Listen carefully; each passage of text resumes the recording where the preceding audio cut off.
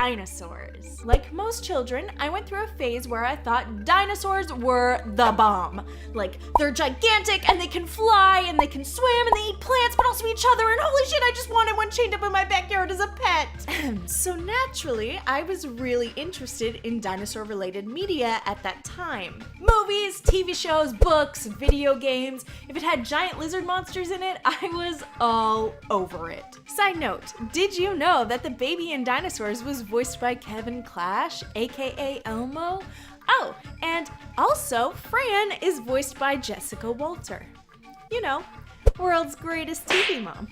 So naturally, when I watched We're Back, A Dinosaur Story for the first time, I was all about it. Dinosaurs eating hot dogs and dancing on parade floats? Dude, sign me up. Unfortunately, when this was released in 1993, the vast majority of viewers did not share my opinion. This movie bombed. It currently has a 38% rating on Rotten Tomatoes and a total domestic box office gross of just $9 million. Which, when you put into perspective, Avengers made $630 million in its opening weekend alone. So yeah, 9 million is not good. Watching it back, I don't think it's that bad. It's nothing innovative or amazing or new, I guess, but it was a lot of fun. I don't see why it gets all the hate that it does. I think We're Back has some great moments and more to offer than it's credited for. First of all, the voice acting is really great, and the actors really suit their corresponding characters. There are some familiar names here as well, such as John Goodman, Yeardley Smith, Martin Short, Jay Leno, Walter Cronkite, and Julia Child, just to name a few.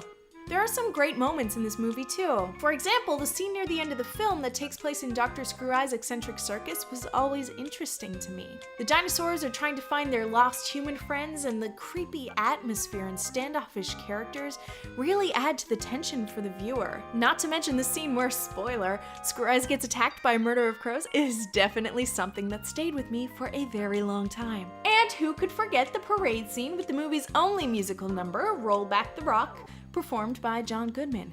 Definitely one of the top 5 film scenes involving a parade. Brat Kat's top 5 parade scenes in films. Number 5, Batman, 1989. Number 4, Jingle All the Way. Number 3, We're Back. Number 2, Ferris Bueller's Day Off. And number 1, that scene in the birdcage where Robin Williams sneaks Gene Hackman and Diane West out of the gay bar to avoid media attention, all while Sister Sledge's We Are Family is playing in the background. Okay, it's more of a chorus line than a parade, but it's a really great scene, and you should Google it. So yeah, this movie's not award-winning by anyone's standards, but I still think it's worth a watch, especially if you have kids, or you know kids, or you're babysitting kids, or you're childish like me. But that's not why I brought you all here today. Oh no, you read the title, you know the deal. So, they made a SNES game for this movie that bombed. They thought it would be a good idea to make a SNES game. So I'm gonna play it, and we're gonna talk about it, and I don't have high hopes. I hope you don't have high hopes. Let's just go in this with no hopes, and maybe it'll be fun. We'll see. We're back for the Super Nintendo. Prepare your butts, guys. This one is rough. We play as Rex, the movie's protagonist. He's a T-Rex, in case you didn't figure that one out. Captain New Eyes tells us that his brother, Professor Screw Eyes, has stolen our human friends Louie and Cecilia.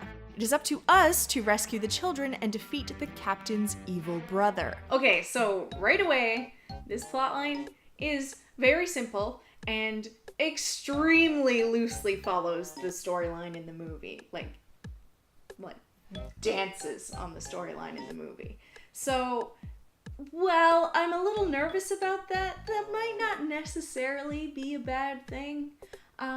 What is a bad thing is that they chose the protagonist to be a T-Rex. Look at him! He's so damn big! His sprite takes up nearly half of the screen. His controls are heavy, probably because he weighs 9 freaking tons, and he has these little baby arms, which means that his only attacks are to crush enemies by jumping on them, or throw a dinky baseball with his stupid noodle arms. Razor sharp teeth? Fam, no. 20-foot tail, prime for whipping action? Nah, B. There's a baseball in the movie, let him throw a baseball. Good enough, kids like baseball, kids like dinosaurs, what's the problem? MLB The Show 2020 T-Rex edition. Pre-order now, and get your very own, special edition, sports ball. It's very sportsy. It's very ball-like. Order while supplies last. It's just the one, you better hurry up. And FYI, this is a platformer. Oh yes, what a perfect idea. This could have been a beat 'em up, it could have been an RPG, it could have been a point and click, anything but a platformer. You're just too damn big. You lose visual anytime you jump from one platform to another, so if you're jumping onto a moving platform, you just have to guess where the hell you're supposed to land. Once on these platforms, you can't move a muscle. You are too big to turn around, let alone get a running start to jump gaps. So what am I supposed to do here? Can't jump the gap off of the platform, can't jump over these barrels, can't break the barrels. What a pickle. I was stuck here for a very long time. Couldn't figure out what I had to do. Couldn't do it. So I consulted one of those handy dandy internet walkthroughs. Yes, I did. Do you want to know what you're supposed to do here? Do you? Do you really want to know what you're supposed to do with the T-Rex? Climb the building. Climb the building. A T-Rex is climbing the side of a building. Did you know that a T-Rex's jaw averages about 4 feet long and was designed to crush bones? Did you know that T-Rexes had really powerful back legs that helped them run down their enemies? Did you know that a T-Rex's arms were so small that they couldn't even reach their own mouths? But we're gonna scale a building!